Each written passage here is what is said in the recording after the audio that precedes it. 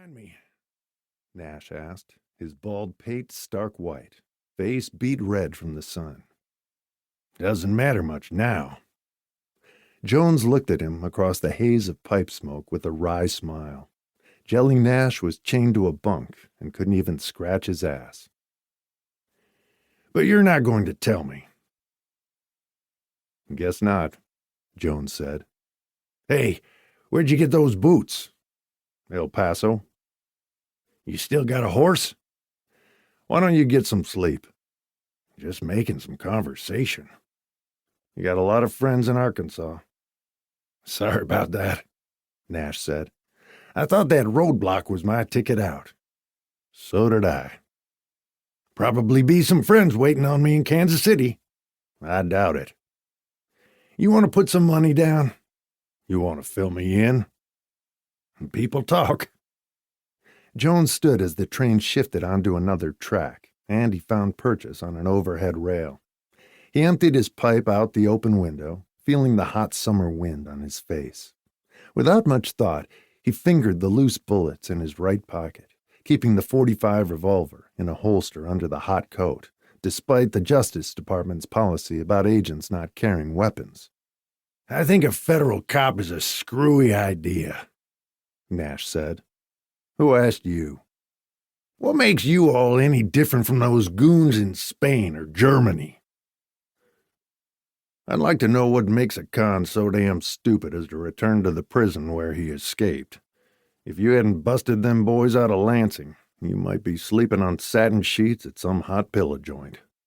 "That wasn't me." Joe Lackey raised his head and knocked up the brim of his fedora from his eyes with 2 fingers and said, "Sure thing, Jelly, sure thing." Jones looked over at his old buddy Otto Reed and watched him sleep. Sheriff Reed looked ancient, out of step off a horse, out of place with the times. They only brought him along because he'd knowed Nash on sight.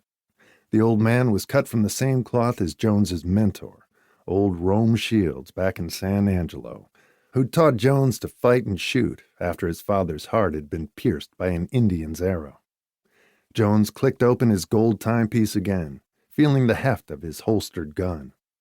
Frank Nash watched him, looking like a circus clown with that naked white head and reddened face, smiling at Jones, knowing.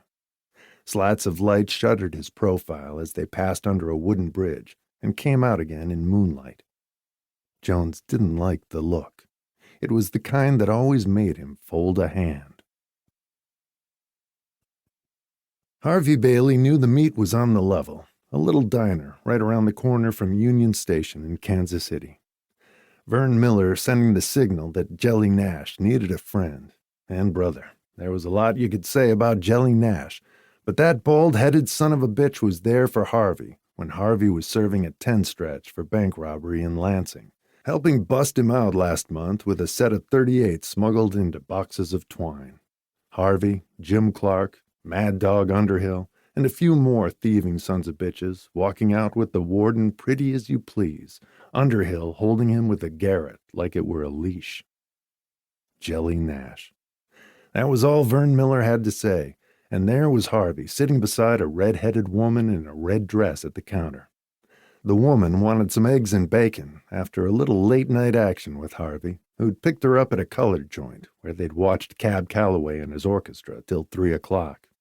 When Miller walked in the door, the woman kept studying her nails, not even noting the 2 men were friends. Of course, she didn't know Harvey was married and had a kid, or even his real name. He had told her that he was a traveling salesman of women's nightgowns, wondering if the action could have been better if she'd known she was with the dean of bank robbers, the gentleman bandit who'd been knocking over jugs for more than 10 years. She surely had read about some of his work. $2 million in cash and stocks from the National Bank and Trust in Lincoln a couple years back, or the U.S. Mint in Denver in '22. She had liked his gray hair, his tailored navy suit and crushed felt hat, and his jokes at the hotel when they'd finished up the first time, and he'd hummed "I've Got the World on a String" as they cooled down under the sheets. At the diner, he handed the gal some bus fare, patted her backside, and she was gone, the girl knowing the score as much as he did.